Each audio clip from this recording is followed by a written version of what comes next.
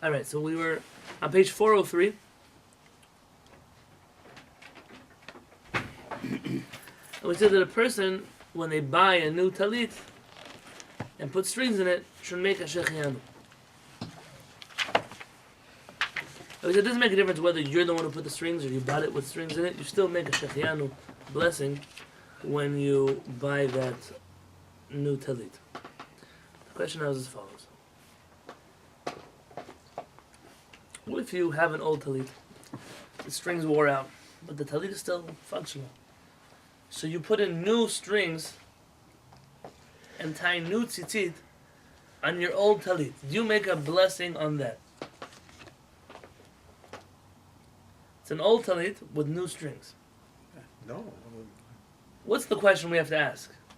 Is it on the garment or is it on the... Very good. What makes the new blessing? What happens that demands a new blessing? Is it the new clothing or it's the new strings? New strings. New garment. It could be either one, depending upon, like if you put on strings that make you happy, you can say, imagine we're talking about shechianu. Yeah. Fight it out. Berries are the compromise. Don't compromise. Right. No, Don't listen to Barry. But if you get a beautiful cloth, or especially an outer talit with like some nice silver lining, you could... Oh, no, but you said it's an old garment with new... Yeah. It's, with new strings. Yeah. First of all, we bless garments. We don't bless tzitzit because the tzitzit only fulfill their purpose when they're part of the garment. Oh, okay. That's interesting, Smell. That's interesting. But if they make you happy, I Sounds believe good. you could say shechianu. So anything that feels good is a shechianu. Kind of like But on their hand, since you're doing it for a mitzvah, the hippie philosophy. like to fill in, I don't think you say shechianu on. If it feels good, say it. I feel good.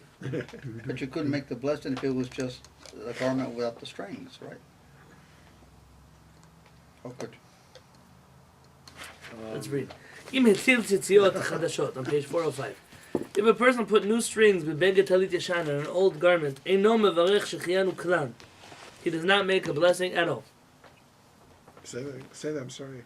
If a person puts tzitziot chadashot, new tzitziot, inside of an old talit, No blessing, yeah. there's no shechianu blessing at No all. blessing. Oh, okay. The rabbis who rule this way explicitly, in the footnote we say the Chesed Alefim. Chesed Alefim is the Pele Yoetz. It's a book of halakha. Yefen Alev. That's Rabbi Palaji. Chaim Palaji. HaBen Ish Chai. That's Rabbi Yosef Chaim of Baghdad. HaKaf Chaim. Rabbi Yaakov Chaim Sofer. Where are you reading the note? In the note of Vav. He brings a few other books that I'm not so familiar with. But those are the main works that say you don't make a blessing. And those are pretty much the big guns of the Sephardic world, and therefore we don't make a blessing. There's a majority opinion there's no blessing. Yeah. ומכל מקום, in any case, כיוון שיש פוסקים שחולקים בזה, there are some rabbis who argue with this. וסוברים שאף בזה מברך שחיינו. And they hold that by this you do make a שחיינו.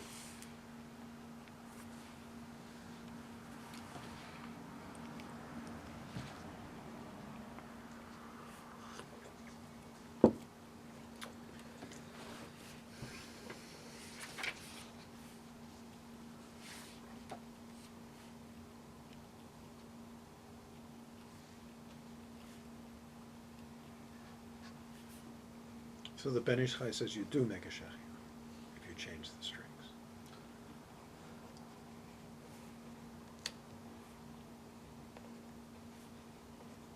No, those rabbis that I mentioned to you are on the wrong footnote. For what I'm saying, it's not... let's mention the Chida. The Mishnah Berurah and the Kaf Chaim. They write the following. They say that the strings alone are not enough to make you happy to get a new blessing. No. That's the strings. What are strings? People buy strings all the time. String is not valuable enough objectively, even if it's tzitzit strings, to require a new blessing. It's almost like buying, let's say, a chip. Until you put it into your computer, it doesn't have any value except that when it's part of the computer. Well, you're still going on your My riff, yeah. and it's not a bad logic. I just don't want to only go by that because we might be able to find a loophole in that. Meaning, Very- you might find a situation in which your logic won't hold up, but we still make a shechianu. We'd have to think through the scenarios there.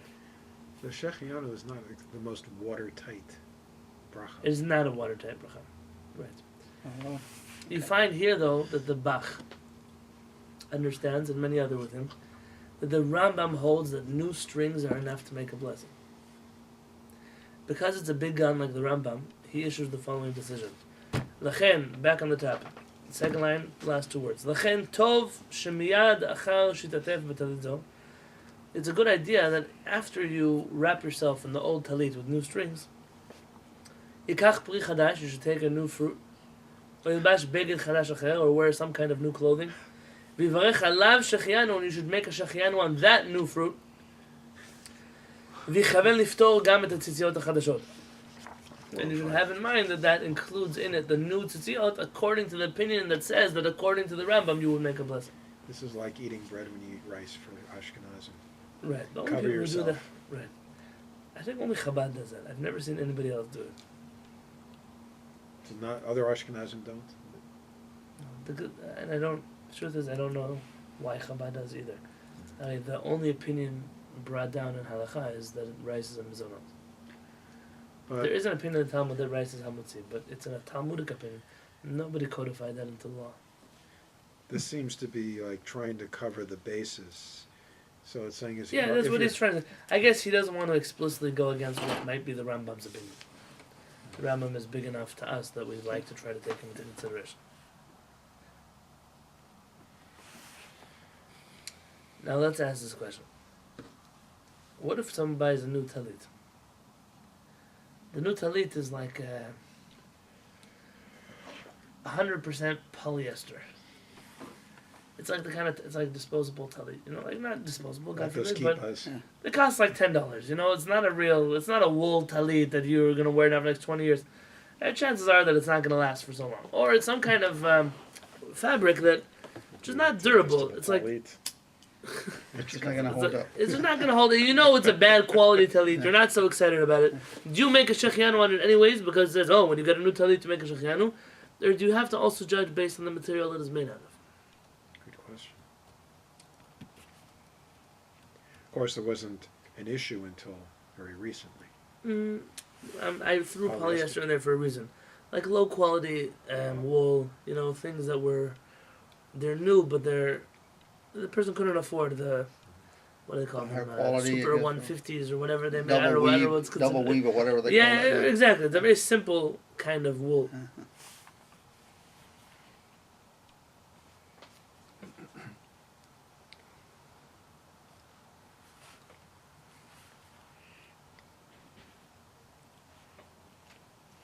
Now, the following. Hakonet talit katan chadasha. If somebody buys this tzitzit, it's a new small. We're not talking here about the big talit. We're talking about the one you wear under your clothing, Okay, the small one. the small one. Im hi asuya mibad chashuv. If it's made from an important fabric, v'hu sameach b'vishata, and he's also happy when he wears it. Levarech shechianu. He makes the shechianu. The first time. V'im lav, and if not, eino mevarech shechianu. He does not make a shechianu. It's pretty straightforward. It really depends on what it is and how you feel about it. For some people, cotton tzitzit is not just so important for them as a wool tzitzit. Maybe that would make a difference for a In person. Williamsburg, that was always. The You most had to of have them, a wool one. A wool one. but most of them are cotton nowadays, aren't they? The small ones. I wouldn't say most. Some. Oh, okay. They have the ones with the little stripes on them. Okay, the ones with the black stripes on them. Yeah, Those yeah, are wool usually or cotton. The ones Yeah. I've seen are wool. I have a wool one with white stripes. Oh. It's It's not. like a Sephardic one. It's not a. Well, the ones I have are cotton. Why do we have some Most are tzitzit that have cotton and some tzitzit that have wool? Yeah. Remind me. I Why? thought they were all cotton. The shot in this thing. No, it's, Wasn't there? This Barry's is, got it. no, I remember there. It's not mandatory that it's wool, but it should be Why should it be? because it's probably considered a more expensive garment, a better quality. According to garment. the Ramah, the Ramah says tzitzit can be made of any fabric. Maran seems to understand that ideally when the Torah mentions fabrics in general, it's only talking about wool or linen. no other material. Mm-hmm. And therefore, according to Sfaradim, if one wants to fulfill the mitzvah of tzitzit on a biblical level, one must wear wool. Oh, okay. If one wears any other material, it counts as a rabbinic mitzvah, but not a biblical mitzvah. But isn't that the mixture again of wool and linen? Why? Either wool or linen. But what is the mitzvah where it's good to have shatnez? Not a mitzvah where it's good, the mitzvah where it's okay. If you have tzitziot made out of wool and you have tchelet strings made out of linen, the rabbis allowed us to do that mixture, or vice versa. But Not cotton or linen tzitzit with a wool garment? no, cotton and linen you can mix. You can. You can. So Only it's wool fi- and linen cannot be mixed. Wool and linen. What is linen made from? Flax, Flaxseed. pishtan in Hebrew. It seems to have been once upon a time a much more common form of clothing. I don't actually know. Someone told me you could still buy it. I don't know what it is. I don't think I own any of it. Apparently there are some suits in Europe that are made with it. Like Yeah, no, the of course. interlining. But I mean, there were like shatnez checkers in Brooklyn, just a few years ago. They still have that, where you bring in all your suits and make sure they don't have shatnez. And, I broke and even have it in San Diego. yeah, There's somebody who does it here. Sometimes, like in the collars and stuff, they might, Right. because it's listed. So here we have that really we're talking about an ideal level, at least according to Sephardic halakha, is tzitziot should be made out of wool. On a Ashkenazi level, it doesn't make a difference. But according to Sephardim, there's a priority to wear wool, So, talitot, or tzitziot. that I didn't know. So I cotton think- is okay. You get a mitzvah for it, just a rabbinic mitzvah, Okay. not a biblical mitzvah. 'Cause I think all the ones I have are cotton. At Cotton. least I think Probably- they're well, I cotton. think most people are wearing here Are in wearing San cotton. Diego are wearing cotton. I can't say that's true for other Jewish communities. You know, Israel for sure. Many people are wearing wool, Cool. Okay. and over there it's hotter. Yeah. Here's an interesting question.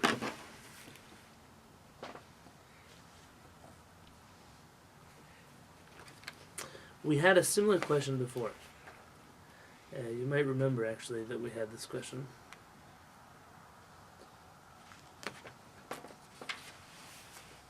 Just trying to find it.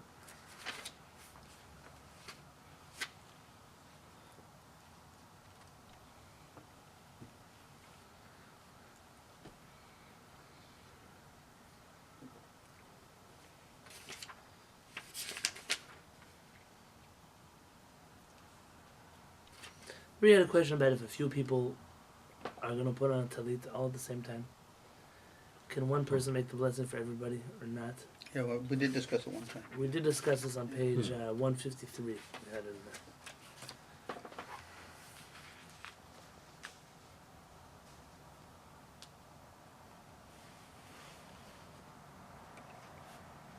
I think the answer was yes.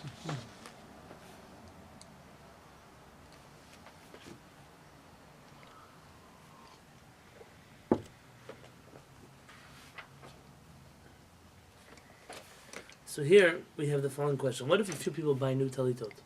There's some communities where everybody buys a new talit before Yom Kippur. Not a thing, don't worry. It's like a modern thing, not an actual written anywhere thing. I just said I've been in communities where Erev Yom Kippur, everyone's pulling out new talitot from plastic bags. Can one person make shechianu for everybody? Or does every person have to make their own shechianu? One can make. The understanding of some poskim seem to be that the Rambam says that one can only make a shechianu on something that he's planning to make a shechianu on himself. And they try to understand from there that you can only make a shechianu for your own items, but not for someone else's items. The poskim don't all agree with that, and they seem to say, hey, what it means is that if you're not going to be making a shechianu for yourself on something, you can't make a shechianu for somebody else. But if you are also going to be making a shechianu on something of your own, and somebody else has something one make shechianu also, you can make it for everybody. That's the halakha. On page 405, Im kama bnei adam kanu talitot chadashot. If a number of people bought new talitot, Rishai, it is permissible, echad mehem, for one of them, levarech bekat shechianu, to bless shechianu kedei liftor et kulam, so that everybody can fulfill their obligation with his blessing.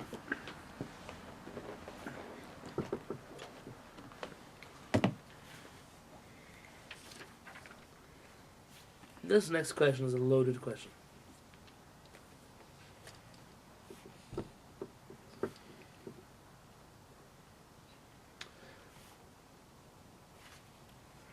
The question is, if a person is putting on tzitzit for the first time in their life, they never knew Jews wore tzitzit, and all of a sudden they find out they want to wear tzitzit, do they make a shechianu on tzitzit that they wear the first time in their life? I would say yes. Why do you say yes? It's the first time. Yeah, first time, yeah. And Nice. Why would And it's you a say, holy garment. Why would you say no? Because it's a commandment, it's not like something you're wearing for joy. You're onto something. Say, formulate that better.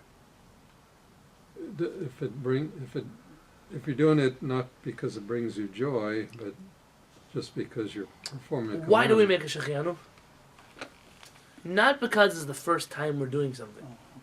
We're making a shechianu because it's a new garment that's giving us joy. Okay.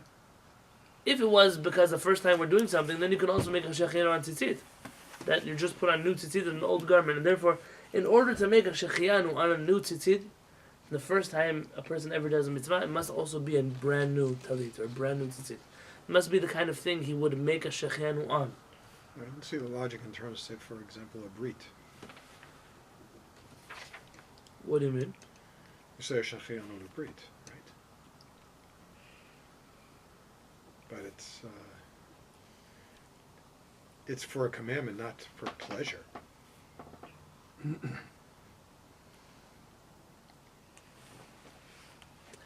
you want to get into this? Do you guys want to get your hands dirty? It is a commandment. It is a commandment. Yeah. It's a good question. That's why I'm asking if you want to get your hands dirty. Sure. Yeah? Yeah. Great. This is very much tied into the next halakha on page 406. On page 406. Al talit chadasha, a new talit mevarech birkat lihitatef b'tzitzit tchila. You first make the blessing on the talit. V'achar kach mevarech shechianu. And then you say shechianu. Ulachar miken v'tatef b'talit. And afterwards you wrap yourself in your talit. So what's the order? You first make the blessing on the new talit. Then you make a blessing on shechianu. Then you put on the talit.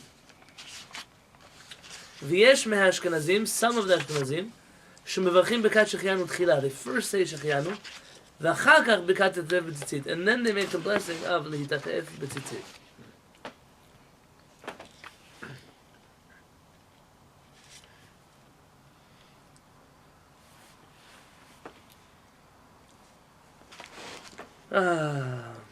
Let's get our hands dirty, guys. What? We're getting our hands dirty. We're going to learn a little bit intensely here. Oh, Yeah? okay. So buckle up your Jack seatbelt. is ready.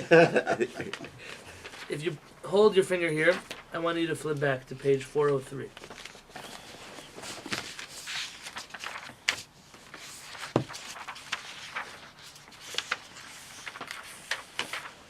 There's a strange wording in Maran that many of you asked about then, and I didn't want to answer you then because we didn't get this far yet. But now that we got this far, I feel that it's fair to answer your question. The question is as follows. Kana talit, a person buys a talit. What is a talit? What is it? Yeah, It's a a garment. clothing. a garment. Yeah. V'asa bo tzitzit, and he made on it tzitziot. He tied knots on the corners. Yeah. Fine. Mevarech shechianu. He makes a blessing of shechianu. Why does he make a blessing of shechianu? Garment is new and that's it. It's a new garment. He's buying it. Look at you guys all being Maran over here. You're all thinking like the Shulchan Aruch. You guys are. Well, we're No, trained to do that. None of you are backing up Ra'ul over here. Ra'ul holds like the Rambam. You know that? Yeah. Which No, I is you didn't know make that. it Now you do. You make it on the tzitzit. Is that your position? The Rambam says the reason you make a shechianu on tzitzit is the same reason you make a shechianu on the shofar and on the lulav.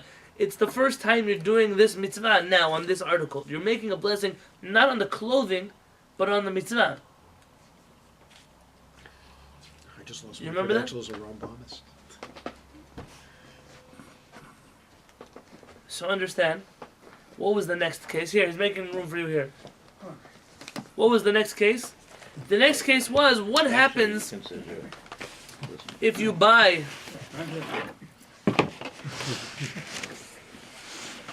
what happens if you buy new strings for an old talit? We said we would not make the blessing of Shechianu, but the Rambam would. Tell me why. Because it's on the tzitzit. Very good. Yeah. The Rambam says you're making a blessing on the new mitzvah. Where we hold, you're making a blessing on the new garment. Is the garment here new? No. No. Are the strings new? Yes. Yes. But strings are not enough to demand a blessing. We're now holding by a different question. The question is, when do you make the blessing of Shechianu? Before the blessing of the mitzvah? Or after the blessing of the mitzvah? Now Maran, really you have to understand, this whole thing has nothing to do with Maran. Because Maran, his whole opinion is, when do you make the blessing? Before. After. No? Say- But what, you mean for anything or for... On You should say the buying a bracha, talit. then Shechianu, and then you put on That's the what garment. Rabbi David Yosef said. What does Maran hold? When it's a new item. When you buy Buy Yeah, it. when the you new buy it. item. Yeah. So really this whole discussion doesn't work inside of Maran. This is working with the frame of reference here is we're dealing with the custom to make the blessing the first time you wear the talit and not when you buy the talit. Mhm. Okay, so we're working within those parameters of custom. Majority of the time you buy it, you're going to wear it. Yeah, the question is, when do you make the blessing? Do you make it when you When you first buy it, wear it or or when when you you wear buy it? it? What difference it makes? What Oh. difference? Well, he's... One could be now and one could be in 3 weeks from now. Yeah. Okay. A time difference, Yeah. that's all. He's right, I mean, practically. Okay, so now we have the Rambam. The Rambam holds you're making a blessing on a mitzvah. Maran uses funny words here. Delo gara mikelim chadashim. This is not any worse than buying new articles, new Yeah. clothing, new vessels, new... Worse. This whole thing is not any worse than clothing, not any worse than a table, not any worse. This is a very interesting wording. What Maran is trying to tell you is he doesn't agree with the Rambam. He doesn't believe that the reason you're making a blessing here is because of a mitzvah. Now the reason you're making it is that why should this be any different than the suit that you buy? It's not. It's not any worse than the suit. The same power that a suit has to demand a Shechianu blessing is the same power a talit has. Not more, not because of the mitzvah, not more, and not less. But you have different statuses here because when you say Hallel or lift up the lulav for the first time, you also say a Shechianu. On a mitzvah. Yes. Yes. According to Maran, you wouldn't make a Shechianu when you first buy the lulav in a row. When you use it. The first time you use it. So it's Because use. he understands it differently here. Maran holds over there, it's the first time you do the mitzvah. Here he holds the first time you acquire the garment that makes you happy. Because here he doesn't hold that you're making a blessing because of the mitzvah. Here he holds you're making a blessing It's because of of the garment. garment. So there's no inherent sacredness to the talit. at least Shechianu wise. Yeah. Yeah, very good. And that's why he uses those funny words of it's not any worse than clothing. Yeah. So now let's turn to page Like shmata. 406 again. No, I didn't Would your say- family work in the garment district like mine? No. Actually, yeah. My Not father garment was in the district, shmata but business they had a and- clothing store. Garment district.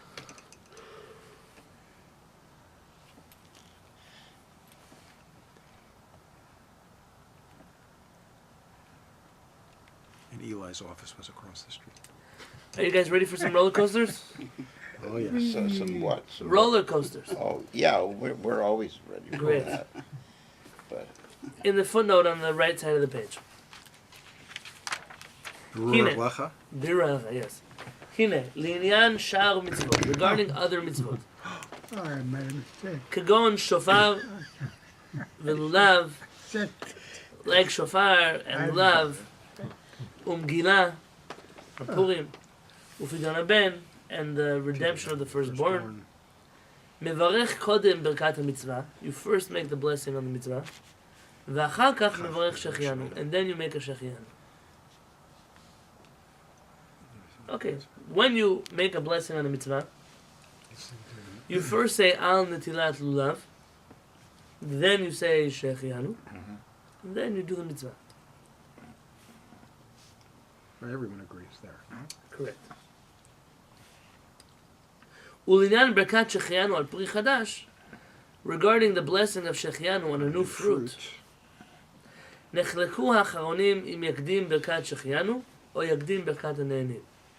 The rabbis argue whether or not one should first say שהחיינו and then בורא פרי העץ on the fruit, or first say the blessing on the fruit and then say a blessing of שהחיינו. Is that just saying it or eating it? Eating it. Because we're talking about a world which already is accustomed only to make a שהחיינו on fruits they eat, not fruits they see. Although, isn't there one when you first see it on Fruit tree. a fruit tree? Yeah, first the fruit That's tree. not the blessing of Shechianu. That's a different. No. That's the About the one in blessing of the Nisan? blossoming fruit trees in Yeah. Nisan. But it could be the first time you've seen it, then why not say Shechianu? Rabbis instituted a different blessing. Oh, Oh, I see. It's all built When the new into fruit blessing. grows, you'll make a Shechianu. But now it's just No. a blossom. Yeah, this is the blessing they instituted. והובאו השיטות בשו"ת יחווה דעת חלק ג'. He said that if you'd like to know all the opinions in detail, you can go look up my father, Rabbi Yonatan Halev's work in the 3rd volume of Yichaveh Dat, of his response to Yichaveh Dat. Hacha, let's talk about here. Linyan tzitzit, regarding tzitzit. Leha Rambam v'siyato hanal, according to the Rambam and his cohorts. Is that how you say it? His disciples Parts. or his People who are colleagues. Not colleagues, those who His- follow in his path, his So opinion. his disciples. Oh, students. Not necessarily disciples. Some of them might be older than him, but that Talmidim. branch. What do you say? Talmidim. No, you're It saying could the also same thing. be his colleagues. It could be colleagues, it could be Colleagues. rabbis of his, it could be people Yeah. who lived before him. But According to those are- that camp, the Rambam and his camp, It's a Yeah. school of thought. and that school of thought. The Hasovlim, Maimonidists. who hold shemevarech shechianu mishum ha-mitzvah. They hold the reason you make a shechianu is because it's a mitzvah. Nirad havi kishar mitzvot. So it should be that you say shechianu like you do by all other mitzvot. Shesh nakdim berkat ha-mitzvah, the berkat shechianu. That you should first say the blessing of the talit, and then the blessing of shechianu. Like lulav and etrog. First lulav, and then shechianu. אבל לדעת השולחן ערוך, but according to מרן, דהכה מברך שהחיינו משום דעה וכלים חדשים. The reason you make שהחיינו is not because of the mitzvah, rather it's because it's like getting new garments. לכאורה יש שדמות דין זה לדין פרי חדש. One would then compare this case not like the blessings of a mitzvah, but rather like the blessings on a new fruit. And what's the rule by a new fruit? There's an argument. Some say first shechianu and then the blessing. Some say the blessing and then shechianu. So who says the? Because most Jews I've seen hold by the fruit first. We're going to get into this now. Okay. Fruit first. Eat No, later. ויש for the לטעות holiday, הדבר for the במחלוקת holiday. האחרונים ליום פרי חדש. Passover. And whatever argument you have there by fruits, Yeah, that's the mitzvah. that's the same argument you're going to have here by talit, according to Maran. Couldn't you just say that for the same bracha, there could be different statuses for different things? What do you mean? In other words, the shechianu with a mitzvah would have a different criteria than the shechianu for the clothing. That's what we're trying to say. This is what we're trying to go. But the talit is kind of in the middle of that because you have a mitzvah Well, towards tzitzit. according to Maran, it's but- not in the middle. According to Maran, it's just like the fruits. According to the Rambam, it's just like the mitzvot. Nobody here holds that talit is in the middle. Well, the thing is, if you buy a suit, it's not a mitzvah. I guess it is a mitzvah to buy new clothes. If you isn't buy a it? talit, it's not a mitzvah. It's like the fruits. You don't have to buy those fruits. You chose to buy them. But when you do, you make a shechianu.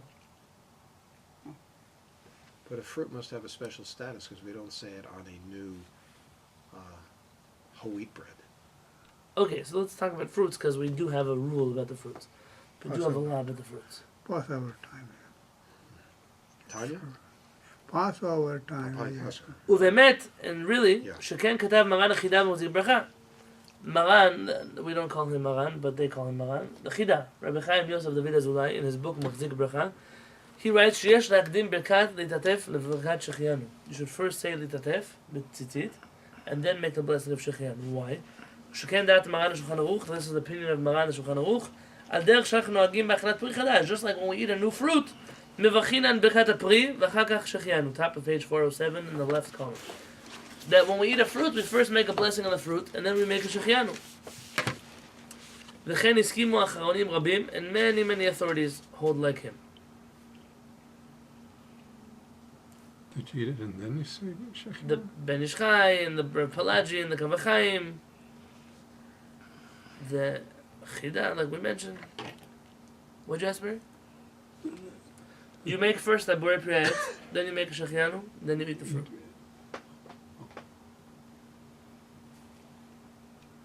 והפרי מגדים, the Rabbi Pri Megadim, כתב גם כן להשוות נידוננו דין ברכת שכינו הפרי חדש.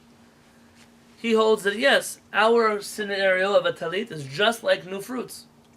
But he holds the exact opposite by fruits.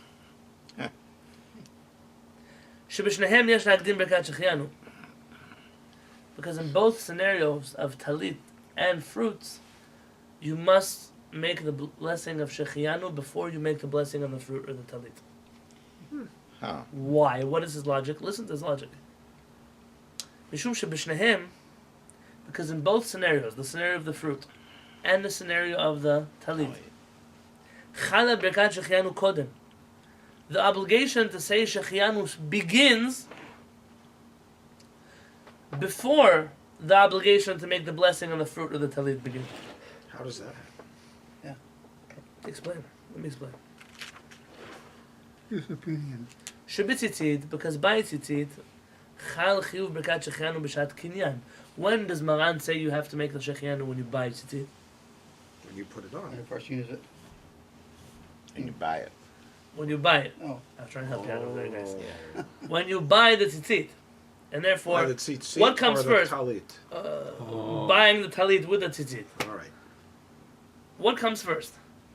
The shechianu obligation or the talit obligation?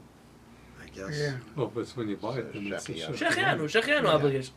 And by the fruit, So in the store, when you bring it home and wrap it, or either then or mishah shetit b'tzitzit, or when you first put tzitzit on the corners. Maran holds either when you buy it ready-made or when you buy it and put in the strings, depending on if it had strings or didn't have strings. not You would before do it you in put the the store? springs. in. Not before you put the strings. Very You good. would do that at the store? Once you pay for it. The Yeah. string comes with this. We don't have to Well, these days Okay, it does, okay, but fine. Right. sometimes in So the past I if you think they bought them transfer it separately. from another talit to... No strings attached. Very good. I thought you could ask if you wanted a gift wrapped. I beat Jack If to that you, one.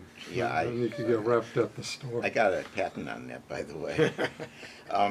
If you transfer a tzitzit to a talit you have because the tzitzit and the talit isn't any good anymore, then do you say a shechianu?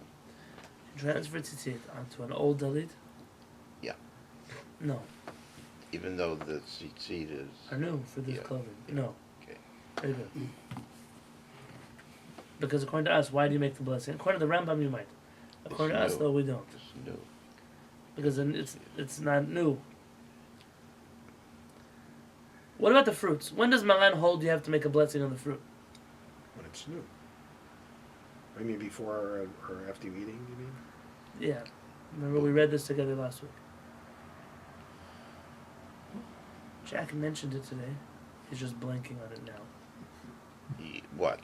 When do you make it? You have a new fruit. When do you make a blessing on a new fruit? When you see it. When When you first see it. Yeah. Not when you buy it. Not when you eat it. When you first see it. Has to see it. And therefore, according to that, which comes first, the shechianu or the borei pri ha'etz blessing? The fruit is in your table, but in the store. Shechianu. That's the custom. We're talking now about what Shulchan Aruch says. The shechianu obligation comes first. Right. And therefore the Pri Chadash, the Pri Megadim says, listen, with all due respect, I agree that talit and fruits are in the same category. But in both of them, the obligation to say shechianu comes before the obligation To say the Eat proper. or to, put on. to either say the blessing on the talit or the fruit. His logic is sound. But וכתב לדחות את דברי אלי רבה, שנראה שמשווים לדין ברכת המצוות. And then he says, you see, this is the confusing part. Well, you have He to- says, you're telling me there's two kinds of shechianos. right. Two. There's seems shechianu like on it. mitzvot, and shechianu on new things. Right. He said, but you're telling me that the order is the same. Hey, on the mitzvah, you do the blessing on the fruit, and then you make the shechianu. The blessing on the lulav, and then the shechianu. And by the new articles, you're telling me I should do the same thing. I should make a litatev betalit, and also a new blessing on shechianu. So what? There are no two categories according to you. It's according to me there are two categories. By the blessing of the mitzvot, first you say the blessing on the mitzvah, and then you make a shechianu. But by new things, first you say a shechianu, and then you make a blessing on the fruit of the talit.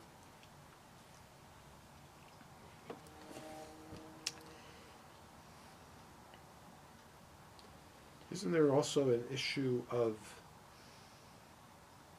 action versus intention, which comes up a lot with the world of brachot and mitzvah? How Like, so? Well, in other words, Where is it seeing manifesting? something is different than waving a lulav. No, when you see a lulav, you don't make the blessing. Why? Because it doesn't become a mitzvah until you actually Very good. wave Pick it. it up. That's Buy an the fruit. action, not seeing it. When you buy the fruit, how is it a mitzvah by seeing it? What? It's not a mitzvah. We're saying it's not a mitzvah. Yeah, but when you're dealing with mitzvot, it's definitely a category of putting it into action. And by the other things, you make a shechianu. Why do you make a shechianu on those things? Because you see them. Are happy. Mm-hmm. What makes you happy? You don't have to eat a To new do fruit anything, you to be just happy say- that it's a new season. Yeah. You can just see Or You can just see the new fruit and be happy that it's a new season. Now, if I have to tell you the truth, if I recall, and it's been a long time, so I have to call and ask. Our parents gave a shiur on laws of Shechenu the week my father was in the hospital, so I listened to the beginning and then I found out the news. I didn't finish the shiur. But I recall, if I recall correctly, how the parents holds like this opinion. It's not the opinion that everybody else does, obviously. But it's the opinion that the Pri Chadash is right. The obligation of Shechenu applies first. And if you're not going to make the Shechenu when you buy it or when you see it at the first time, at the very least have the decency to do it first. That way you're still following the Shulchan Aruch, even if your custom is only to do it when you first wear it. I don't think anybody else agrees with him. Aside from, he brings out a few Ashkenazim agree with his opinion. And okay, so this What is if the you see count. the fruit in the store and you don't buy it for eating at all? That's Couple great. days You can first. make a Shechenu on that. Really? Yeah. Okay. Oh, so- it's like seeing a sun. You don't have to own the fruit tree when you make a blessing on the new fruits, the new blossoms in That's true, Pesach, yeah. right? True. Because the blessing is not on using the fruit; it's on being happy that it's a new season. Happy. Yeah, yeah, happy. Aviv, springtime. So seeing the food at Ralph's, you Yes, do. las manas zeh, so this is- Yeah. Right? If you go to a grocery store, you see the new fruits that are requiring a shechanu blessing. You don't necessarily have to buy them, according to Maran, in order to make a blessing of them. We're going to talk all about the blessings of shechanu on fruits once we switch over books, because that volume, all those volumes are about brachot. We're going to hit a chapter on the laws of shechanu on fruits. Omnam, there's a big but. I'm going to skip the parentheses because it's not relevant to us.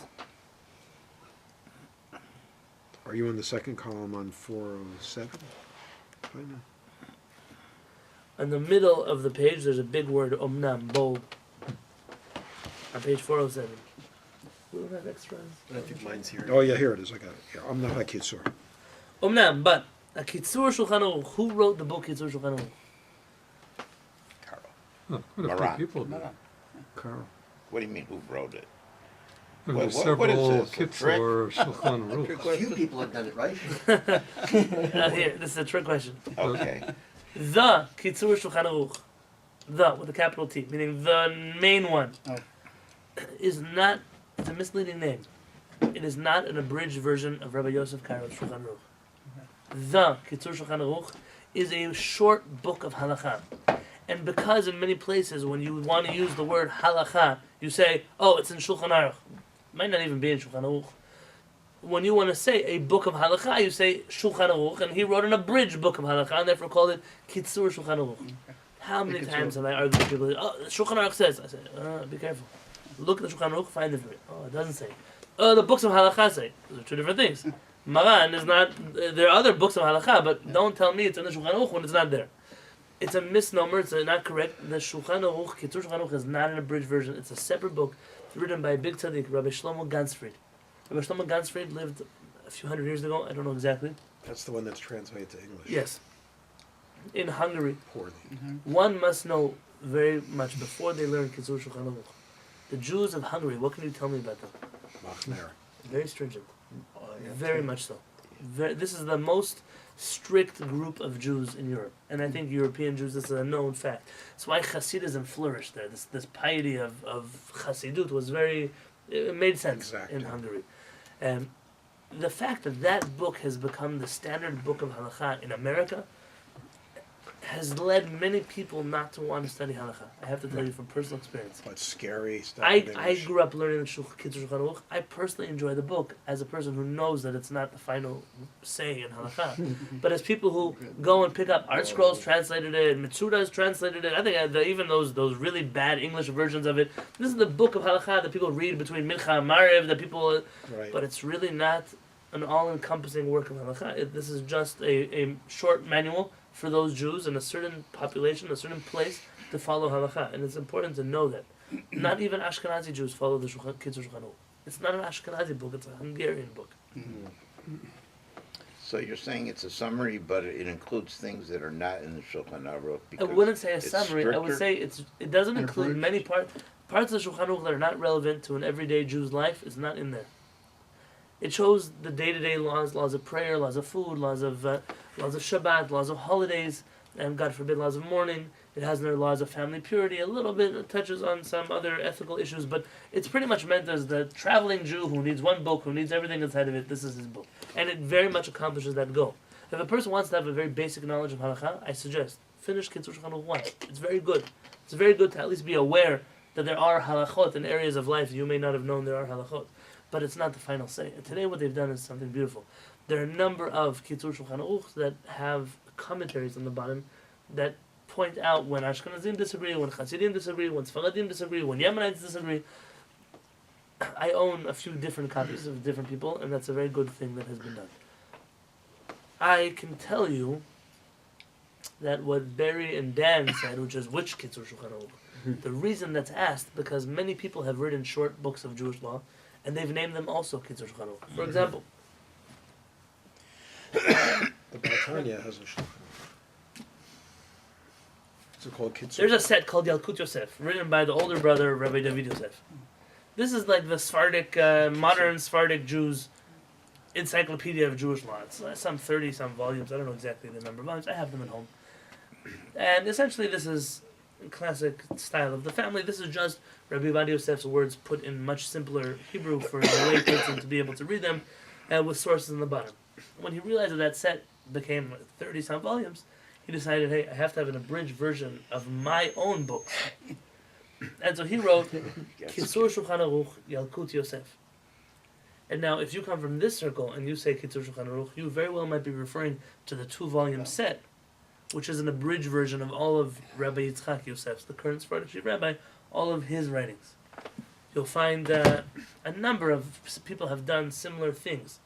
And therefore, it's not accurate anymore when you say the Kitzur Shulchan Aruch. You have to make sure who you're talking about. In this book, he's talking about the original Rabbi Shlomo Gansfried. This is who he's quoting. The Mishnah Berurah. Who wrote the Mishnah Berurah? Kagan. There are today Kitzur Shulchan Aruchs that have the commentary of the Mishnah Berurah on them. Maybe somebody has gone through the Mishnah Berurah and taken out relevant passages and stuck them onto the Kitzur Shulchan Aruch. For Ashkenazim, that's done a lot because sometimes those opinions really differ, and it seems to be that today's consensus among Ashkenazi Jews is the Mishnah Berurah is the heavy weight more than the Kitzur Shulchan Aruch is. He has a lot of commentaries. Yeah, It's Chaim in there. there's one that I suggest very much, although for Sfaradim it's a little problematic, but Rabbi Mordechai Eliyahu was a Sephardic chief rabbi. He wrote 2 commentaries on the Kitzur Shulchan Aruch. He wrote the Kitzur Shulchan Aruch in the middle of the page. Doron has a copy of this. In the middle of the page, he took the Ashkenazi opinions and the Hasidic opinions and put them in the middle of the page. And then in the bottom, he took the Sephardic opinions. Really? So he did work that really everybody could study. It has all the opinions inside of it. Interesting. And Rabbi Mordechai Eliyahu's style of Sephardic halakha is a little bit different than ours, which is why it's a little problematic. But for the most part, this book would be the best version of the Kitzur Shulchan Aruch to study. You can finish the Kitzur every year. You just a few pages every day. You finish the whole book a year. It's not so hard. In both of these books, the Kitzur Shulchan Aruch and the Mishnah Berurah, Pasku, they hold Sheyesh La'akdim Birkat Yitadef Birkat Shechianu, that you should first say the blessing on the talit and then the blessing of Shechianu. Even though by fruits, those same rabbis say that you first make a Shechianu and then a blessing on the fruit. Oy. Understand what just happened? Yeah, just switched it around. Not entirely though. You have the main Sephardic opinion, which is the Chidah. You first make the blessing on the fruit, and then you make a Shechianu, and then you eat the fruit. You first make a blessing on the talit, you then make a Shechianu, and then you wear the talit. Don't eat the talit, you wear the talit. You eat Then- Plus, it's edible. Yes. We need, sorry, Rabbi. You need like we need like at the back of the stone chumash, like a color wheel or something. According to the Pri Megadim, this is the second opinion. Only by mitzvot, like lulav, do you first say the blessing on the lulav, then shechianu, then do the mitzvah. But by talit and by fruits, you first make the shechianu, and then the blessing, and then do the either wear the talit or eat the fruit. This is the third opinion. The third opinion says this is the mainstream Ashkenazi opinion Whatever today. we do, it may fall into another opinion. This opinion is by a talit, Say the bracha. by a talit. Shachianu. You first say the blessing of the tatef, then you make a shechianu, and then you wear the talit. But by fruits, first you make a shechianu, then you say borei peri ha'etz, and then you eat the fruit. In which case, really, fruits and talitot are not similar to that. Right. Correct. Now they're different statuses. But neither of them are from the mitzvah category. Right. But in a sense, you've added a third status. Of course, we can look at other things as well. The only logic we can give to why they would flip that around is perhaps they want to take the Rambam's opinion into consideration and say that maybe a talit is a mitzvah, Oh, and, yeah, I and was therefore gonna ask, yeah. you would make a shechianu first in that situation. You would make a shechianu afterwards in that situation. We're saying we're splitting the difference between Mitzvah? purchasing a talit is not a mitzvah, but wearing one is. So it's like there's Right, no- correct, correct. Very good, So, you know. very good. So if I keep going, there's a Ma'amar Mordechai who writes the exact opposite. It's a very divisive issue here. Yeah, I mean, this is not leading to consensus exactly. Well, He some- holds that fruits are like the mitzvot, and he has a reason for that.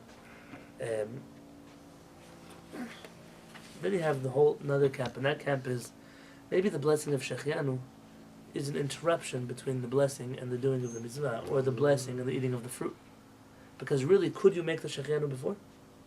Let's imagine, especially according to Sfaradim, especially according to Maran. Maran's opinion is you should have made this blessing a long time ago when you first bought this talit. So now you make a litatef. Now you're going to make a shechianu. Of all the places, make a shechianu beforehand. This blessing is not necessary to go right here, not according to us. And therefore, this could actually be a hefsek. This could be an interruption between the blessing on the talit and actual wearing of the talit. How is this different than talking between the blessing and the talit? Which is why I recall of a parrot saying, like the Pri Chadash, you should first make a shechianu, and then the blessing on the talit. Look on page 408. And look on page 409. All that is still the conversation of which direction you should go. For this one first, that one second. If you'd like, we can wrap it up tomorrow on the bottom of 408. The bottom line is, according to him, according to the Cham Yosef's family, by a talit, first you make a litatef b'tzitzit, then you make a shechianu, then you put on the talit. And that's some Ashkenazim do the opposite. They make a shechianu, and then they tatef b'tzitzit, and then they put on the talit. It seems to me that our parents' opinion is like the Ashkenazim here, and not like the Sfaradim. Quite for a different reason, though. Because he holds like the Shulchan Aruch, whereas Rabbi David Yosef is avoiding the Shulchan Aruch's opinion of making a shechianu when you buy the talit.